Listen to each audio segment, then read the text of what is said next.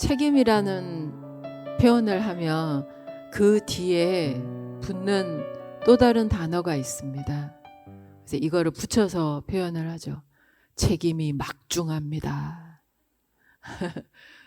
그럼 여러분 그 말을 여러분들이 하거나 들으면 일단 기분이 어떠세요? 책임이 막중합니다. 이러면 그냥 그 말만 들어도 여기가 어때요? 이거 어깨로 못 피겠어요. 세상에서 제일 매정한 말이 그건 것 같아. 야, 네가 선택했으니까 네가 책임져. 맞는 말인데 참 뭔가 가슴이 서늘해지는 말이야. 네가 선택했으니까 네가 책임져야 되지 않겠냐. 그래서 책임이라는 표현이 별로 좋은 대접은 못 받는 것 같습니다. 책임 얘기 나오면 벌써 마음도 무겁고, 그걸 또 부모들이 자식들한테 또 제일 많이 은연중에 가르치는 교육 중에 하나가 또 그건 것 같아요. 책임감 있게 행동해라. 그리고 네가 선택한 거는 네가 책임질 줄 알아야 된다. 그게 또 바른 교육이라고 믿었고, 그래서 또 그렇게 교육을 시키고, 그 암묵적인 그 사회적 분위기, 사실 어떻게 책임을 다 져야 되나라는 그 막막한 마음을 토로할 때도 없는 여러분, 혼자 다 책임지려고 하지 않으셔도 됩니다. 내가 선택했다고 해서 내가 다 책임져야 되는 건 아니에요. 책임감이 강한 사람들이 꼭 그렇게 얘기를 해요. 꼭 네가 다 책임져야 되는 거 아니야. 그렇게 너무 마음 무겁게 가지지 마. 그럼 내가 안 하면 누가 하겠어요? 제가 책임져야죠. 저는 책임지는 방법에 있어서 좀 바꿔보자라는 걸 여러분들에게 한법으로 내려드리고 싶습니다. 책임을 내가 선택했다고 해서 그걸 내가 다 독박 쓰듯이 그렇게 책임져야 된다라고 생각을 하고 그렇게 접근을 한다면 책임감을 통해서 인간은 성숙해지지 않습니다.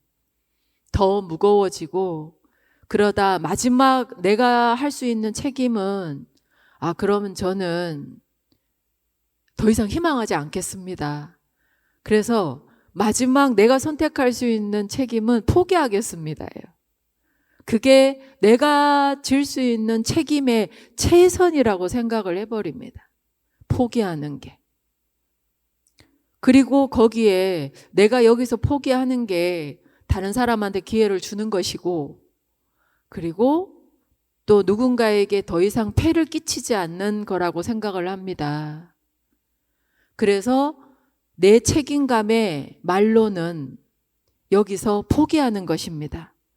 저한테 이게 최선입니다. 이거를 책임을 졌다고 해야 되나? 아니면 책임을 지지 않았다라고 해야 되나? 내 입장에서의 최선이었는데, 그러니까 이거는 책임을 진 것도 아니고 책임을 안 진 것도 아닌 거예요. 포기를 해버렸기 때문에. 그러면 거기까지 가지 않고 그 포기하는 그 지점까지, 정말 그 지경까지 가지 않고 내가 그 책임을 다할 수 있는 방법은 어떻게든지 이 책임을 다하려고 하는 이 마음을 함께 나눌 수 있는 사람을 찾아야 된다고 생각을 합니다. 덮어놓고 책임을 같이 져줄 사람은 없어요. 그런데 이 책임의 시작은 마음을 여는 겁니다. 내가 마음을 열지 않는데 누가 이 책임을 함께 나누고자 하겠습니까? 속일 수도 없는 거, 그리고 포기해서도 안 되는 거, 그러면 그건 그것도 안 되고 이것도 안 돼. 속이는 것도 안 되고 포기하는 것도 안 돼. 그럼 어떡하라고? 이제 남은 방법은 나를 여는 거예요. 내가 느끼고 있는 이 책임감에 대해서 마음을 여는 겁니다. 오픈을 하는 거예요. 그게 시작이에요. 수많은 방법들이 있어요.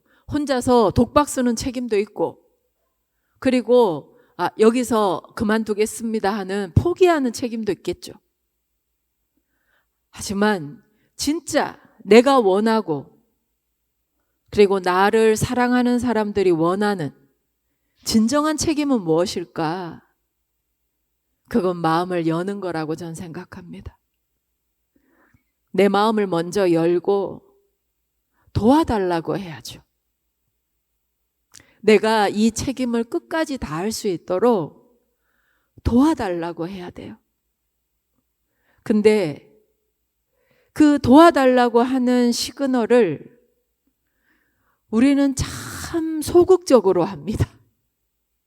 정말 소극적으로 합니다. 그 도와달라고 하는 그 소극적인 그 표현을 정말 나한테 초 집중하지 않으면 알아챌 수가 없어요. 근데 세상 사람들이 나한테 초 집중하고 있습니까? 아니요. 모릅니다. 만약에 누군가가 내가 그냥 이렇게 좀 도와줬으면 이렇게 그 마음만 가졌는데, 아니면 굉장히 간접적인 방법으로, 그런 간접적인 방법 중에 하나가 그거잖아요. 마음으로는 도와달라는데 눈으로만 계속 말하고 있어요. 네. 그 있잖아요, 눈으로. 그리고 이 눈빛으로 내가 얼마나 당신의 도움이 필요한가를 막 이 눈빛 하나로 막 다 표현을 해요.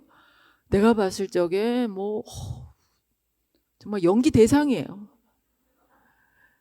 근데 그거를 못 알아봐요. 그거를 알아봐 주기를 바란다라는 거는 그거는 여러분, 그건 진짜 욕심이에요. 그걸 어떻게 알겠어요? 제가 얼마 전에 이 해외 출장을 갔는데 공항에서 화장실을 사용하려고 들어갔는데, 손 씻는 세면대를 이렇게 딱 들어갔는데 좀 아침 일찍이어가지고 공항 화장실이 붐비지를 않았어요. 거의 사람이 없었는데 저쪽 장애인 화장실 앞쪽에 휠체어를 타신 어떤 좀 노부인이 그 화장실 문에 이렇게 휠체어가 이렇게 문은 열려 있는데 휠체어가 딱 붙어가지고 거기 계시는 거예요. 그래서 처음에는 몰랐어요. 그래서 그냥 계시는가 보다. 그래서 그냥 나는 손 씻고, 그래서 이제 그 타월을 이렇게 닦고 있는데 어떻게 하다가 그분이랑 눈이 마주쳤는데 뭔가 영어로 얘기하는데 한마디 딱 알아들었어요. 헬프. 뭘 길게 얘기하셨는데 이게 다 못 알아듣겠고, 근데 이렇게 그냥 이렇게 뭐라고 말씀을 하시니까 처음에 저한테 얘기하는지도 몰랐어요. 근데 그 화장실에 그분이랑 저밖에 없었으니까 뭐가 문제가 있나 보다 싶어서 가까이 가서 보니까 그 전동 휠체어랑 문에 이렇게 잠금 장치하고 뭐가 그게 딱 물려가지고 이분이 혼자서 어떻게 할 수가 없는 거예요. 그래서 문을 이렇게 딱 잡아드리고 그분이 뭔가 이렇게 작동을 이렇게 하니까 그제서야 뭐가 이렇게 풀려 나오시더라고요. 그래서 이게 전동 휠체어가 빠졌어요. 그 문에서 걸려 있다가. 그래서 이분이 또 뭔가 길게 얘기했는데 한마디 알아들었어요. 땡큐. 그래서 제가 아는 단어 중에 하나 응답을 했어요. 예, my pleasure. 예. 그냥 아주 그냥 짧고 그냥 얼마든지 있을 수 있는 에피소드일 수 있는데, 뭔가 사람에게 관심이 있으면 그냥 이렇게 내가 저 사람이 무슨 말을 하는지 앞뒤 문맥을 다 이해하지 못해도 그 도와달라고 하는 그 시그널이 분명하면 그거 단어 하나는 들려요. 그 단어 하나는 들려요. 그래서 책임을 다하려면 그 도와달라고 하는 시그널이 분명해야 되고 정중해야 되고, 그리고 이왕이면 거기에 예의를 갖추면, 정말 그 책임이라는 건 내 발목을 붙잡는 족쇄가 아니에요. 근데 우리는 그 도와달라고 하는 그 시그널을 너무나 간접적이고 그리고 너무 짜증스럽게 합니다. 막 거의 그 도와달라는 시그널이 뭔가 막 폭발을 해요. 정중하지 못해요. 그리고 예의 바르지도 않아요. 그리고 분명하지도 않아. 그래서 계속 어긋나요. 그게 어긋남이 한 번이 되고 두 번이 되고 세 번이 되면, 아무도 날 도와주려고 하는 사람은 없구나.